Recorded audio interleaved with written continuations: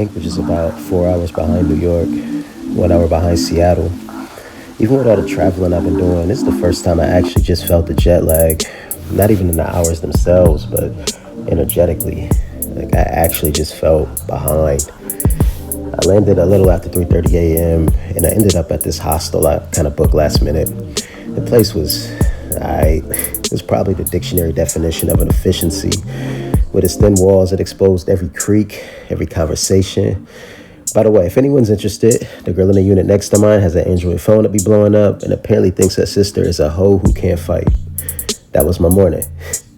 Bare, exposed bathrooms, no soap.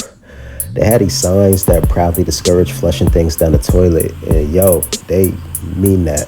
I kind of felt like Elena Seinfeld for a little bit. Like they couldn't even spare a square for your boy. Look at that shit. No pun intended. Exposure. That was the word that was stuck in my head this week.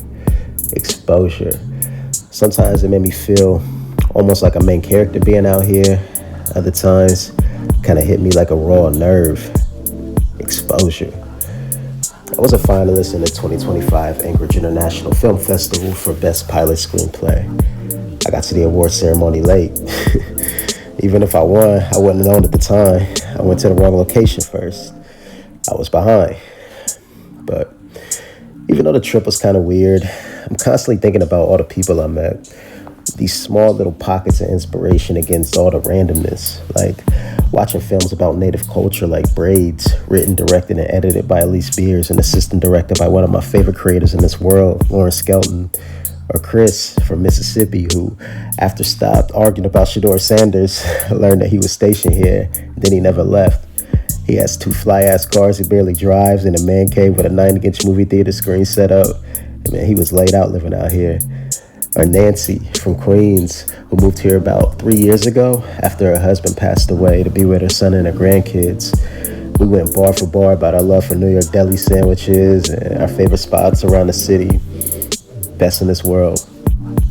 For Joshua, a serviceman who is using this platform to highlight his faith journey now and happens to be this incredible parkour athlete. Or Abdullah and Martin, 2 brilliant immigrants who have lived 100 lives before coming to the States and have since lived 100 more since being here. You know, 2 guys who I'll hopefully have the honor of capturing their stories for future writing projects. I'ma holla at y'all. All fascinating people. All people worthy of exposure. So, I'm out of here. I'm gonna go properly wipe my ass, take a nap, and most importantly, I'm taking the people.